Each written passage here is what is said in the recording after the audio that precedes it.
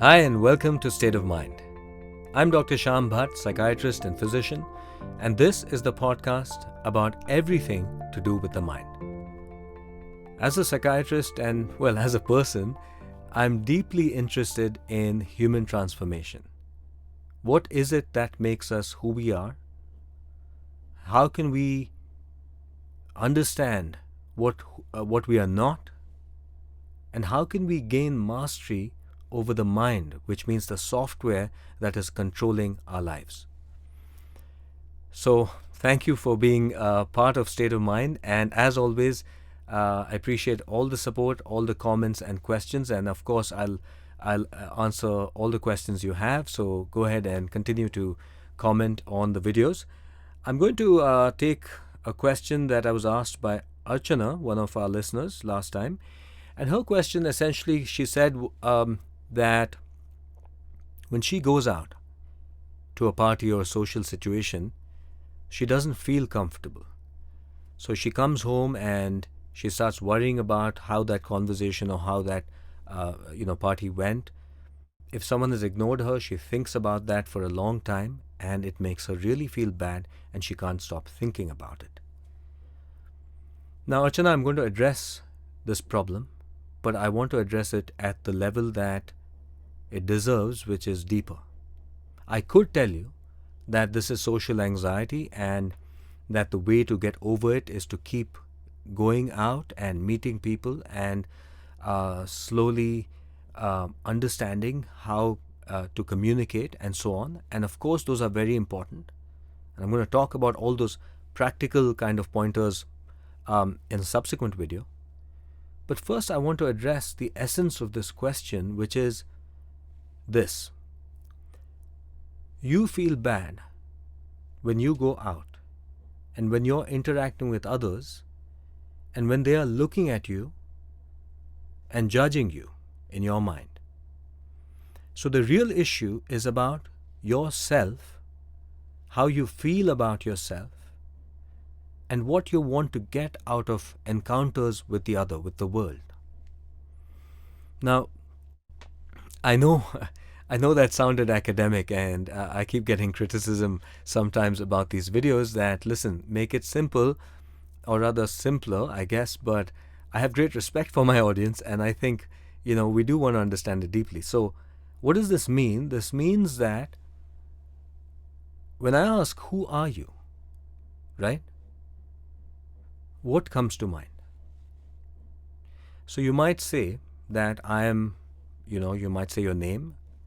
You might say, in this case, I'm Archana. You might say I'm, 20 something years old, or I live here, or I study here, I'm a student. But you know that none of those are truly you. You could have change your name. You definitely graduate from college and go on to do something else. Our bodies continually change. So we don't look the same, decade after decade. In fact, after 7 to 10 years, not a single cell of your body is going to be the same because it's all replaced. So, who are you? You know that you're none of those. And if you dig a little deeper, you'll realize that as human beings, all of us have an idea or several ideas, a rich vision, idea loaded with feeling, and that idea and sum of ideas and feeling is the concept we have of ourself. That is who we think we are. Now you might say, hang on just a second, I know that I'm more than the sum of these ideas, but are you? Let's just zoom out a little bit and ask ourselves how every other living being exists on this planet. Let's look at other mammal species, okay? If you have a pet, right, a dog or a cat, you know that this is true. That your dog or a cat does not seem to spend much time thinking of himself or herself, right? I mean, I live in a home, and outside my house, there's a construction site, and some of the workers are living there in obviously not very good conditions, unfortunately. And they have a dog. They've adopted one of the stray dogs from the street. That dog gets some food, it gets some shelter. I think occasionally they're not very kind to it, but for the most part, they treat that dog well. That dog is busy just walking around, or going for a walk, sunning itself, very happy. And I don't think that dog has ever looked out of that place, that kind of room or place it's on the street it's staying, and looked up at the house across and the houses across and said, I wish I was there. I deserve to be in a better house. I deserve more than this. The dog cannot do that. The dog is therefore both blessed and cursed, just as we human beings are blessed and cursed.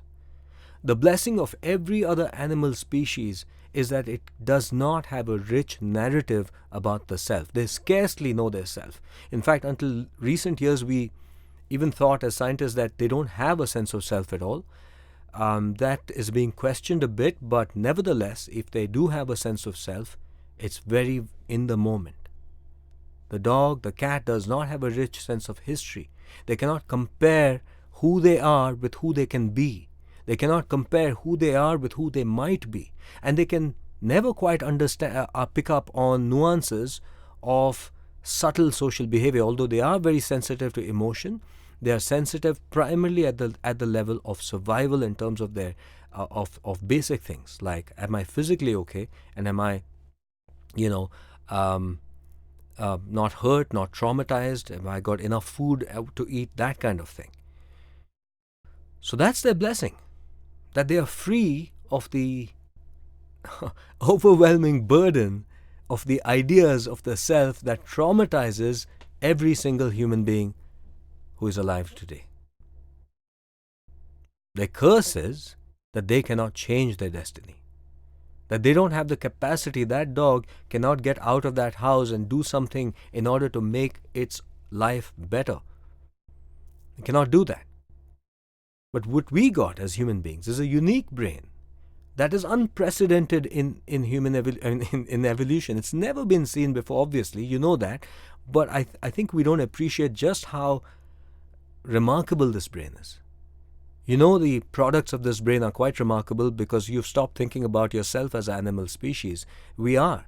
Our DNA is very similar to that of the dog, actually. About 95% of our DNA is shared. But that other 5%, the stuff responsible for this remarkable brain, has resulted in a world that we live in that is unprecedented. No animal species has changed the planet the way we have. And maybe not for the best, but nevertheless, look at this. You're watching this on something called the internet. I'm speaking into a mic. There's, the technology is remarkable, and that technology is the product of this mind, this brain.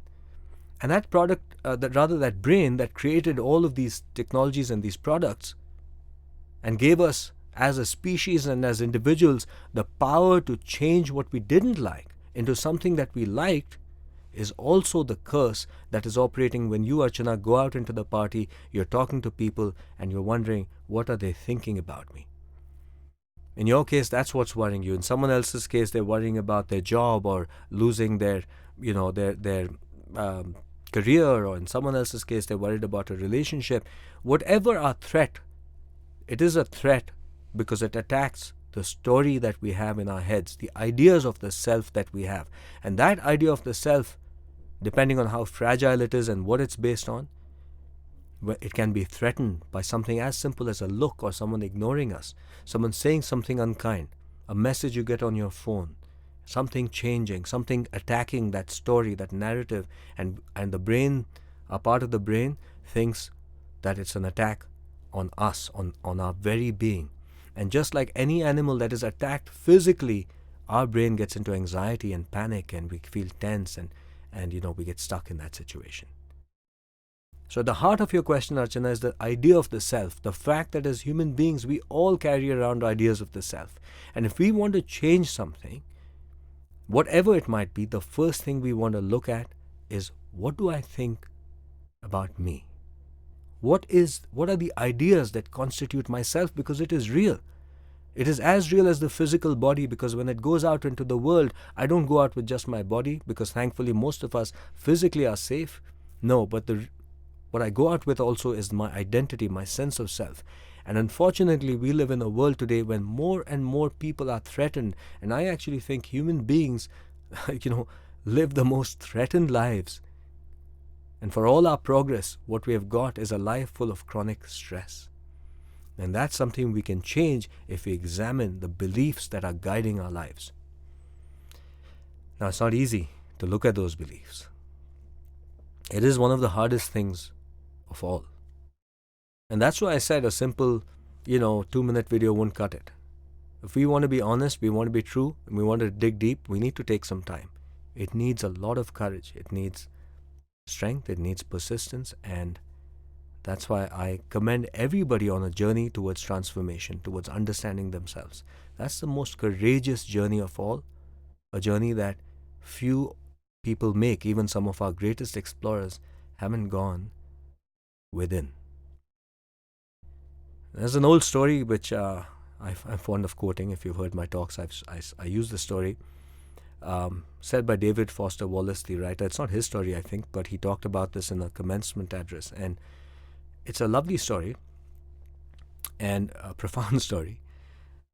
Two fish are swimming, young fish, and an old fish, is swimming across. And the old fish asks the young fish, says, "Hey, how's the water, boys?" And the young fish look at each other and ask, "What is water?"